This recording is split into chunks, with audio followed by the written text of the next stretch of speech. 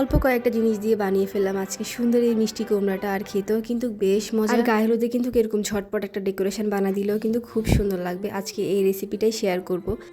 Hello everyone, আসসালামু আলাইকুম, this is me পাপড়ি। কি অবস্থা সবার? আশা করি সবাই ভালো আছেন। আলহামদুলিল্লাহ আমিও ভালো আছি। আজকে চলে আসছে একটা ডিফারেন্ট টাইপের মজার আনকমন মিষ্টি কুমড়ার রেসিপি। ফার্স্টে আমি এক মেলা নারকেল কোড়া নিচ্ছি, তারপর এগুলোকে চুলায় দিচ্ছিলাম, তারপর গুড় একসাথে মিক্স করতেছিলাম, পরিমাণ পর লবণ অ্যাড করতেছিলাম, তারপর পানি দিয়ে ভালো করে লাড়তেছিলাম। লাড়তে হবে কারণ না লাড়লে নিচে দিয়ে লেগে যাবে। লাড়তে লাড়তে একটা পর্যায়ে এসে মাখা মাখা হয়ে যাবে, ঠিক তখনই নামাই ফেলতে হবে। আমার ভিতরের পুরটা রেডি। এখন আমি ঠান্ডা হওয়ার জন্য একটা বাটিতে নিয়েছিলাম। তার পরিমাণ মতো আন্দাজ করে আমি 1 কাপের বেশি গরুর দুধ নিয়েছি, সাথে আমি গুঁড়া দুধও অ্যাড করতেছি, এটা অপশনাল। তারপরে অল্প করে চিনি দিয়েছি কারণ এটা বেশি মিষ্টি হলে খেতে ভালো লাগবে না। তারপর স্বাদ মতো লবণ দিয়েছি। এখানে মিষ্টি কুমড়ার কালার আসার জন্য আমি ফুড কালার ইউজ করতেছিলাম, অল্প একটু দিয়েছিলাম ফার্স্টে যে কেমন কালার আসে, তারপর আমি আর একটু ইউজ করছিলাম। আর এখানে চালের গুঁড়ি আর আটা একসাথে মিক্স করে দিচ্ছিলাম। এক্সট্রা চালের গুঁড়ি দিলে কি হয় যে শক্ত হয়ে যায়, তো মিক্স করে দিলেই ভালো। ফার্স্টে এরকম উপর দিয়ে ছিটাই দিব, বাট লাড়া যাবে না। তারপর যখন উতরাবে তখন ভালো করে একটা চামচ দিয়ে ভালো করে লাড়তে হবে। আর যদি মনে হয় যে নরম, তো উপর দিয়ে আরেকটু গুঁড়ি ছিটাই এটাকে ভালো করে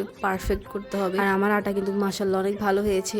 আর ঠান্ডা হওয়ার পরে আমি ভালো করে মেখে নিচ্ছিলাম, একদম ভালো করে মাখতে হবে। ভালো করে আটা মাখার পরে আমি ছোট ছোট করে ভাগ করে নিয়েছি। আর এখন আমি বানাবো সেই ছোট্ট কিউট মিষ্টি কুমড়া। এটা বানানো কিন্তু খুবই ইজি। আমি একটা বানায় আপনাদেরকে দেখাচ্ছিলাম, আপনারা বাসায় ট্রাই করতে পারেন। আমি একটা আপু থেকে ইন্সপায়ার হয়ে আজকে এটা বানাইছি। আমার থেকে খুব ভালো লাগে এরকম ডিফারেন্ট নাস্তা আইটেম ট্রাই করতে, আপনাদের সাথে শেয়ার করতে। আজকের এই রেসিপি ভিডিওটা আপনাদের কেমন লেগেছে অবশ্যই কমেন্ট করে জানাবেন। আমি পারফেক্ট বানানোর ট্রাই করছি, কতটুকু পারছি জানি না, বাট আমার থেকে বেশ ভালো লেগেছে। এই যে আমার গোল করা শেষ, আর এটাকে ভালো করে গোল করতে হবে হাতের সাহায্যে। তারপরে এই যে একটা চামচের সাহায্যে এটাকে আমি চারপাশে কেটে নিচ্ছিলাম, মিষ্টি কুমড়ার মতো আর কি, মিষ্টি কুমড়া যেরকম হয়। তারপরে এই যে আমি আঙুল দিয়ে মাঝখানে একটু চাপ দিয়েছি। এখন আমি লং এর সাহায্যে এটাকে সুন্দর করে ডেকোরেট করব। আর লং এর গন্ধ না লাগার জন্য আমি গোটাটা ফালাই দিছি, তারপরে ডেকোরেট করছি। নয়তো লং এর একটা ঝাঁঝালো গন্ধ থাকে আর খেতে তখন ভালো লাগে না। নিচে একটা হাঁড়িতে পানি দিয়ে উপরে স্টিম দিচ্ছিলাম 20-25 মিনিটের মতো রেখে। তারপরে আমি উল্টে দেখি যে মাশাআল্লাহ ফুলে অনেক সুন্দর একটা স্মেল আসতেছিল, ভালো লাগতেছিল। আর এটা দেখতে এত কিউট, আমার খেতে ইচ্ছা করতেছিল। আর যারা মিষ্টি পছন্দ করেন তারা এটা অবশ্যই একবার ট্রাই করবেন, কারণ এটা তাদের অনেক বেশি ভালো লাগবে। আমারও অনেক বেশি ভালো লেগেছে। আমার এই মিষ্টি কুমড়াটা কেমন হয়েছে অবশ্যই একটা কমেন্ট করে জানাবেন। আজকের ভিডিও এই পর্যন্ত, সবাই ভালো থাকবেন, সবাইকে আল্লাহ হাফেজ।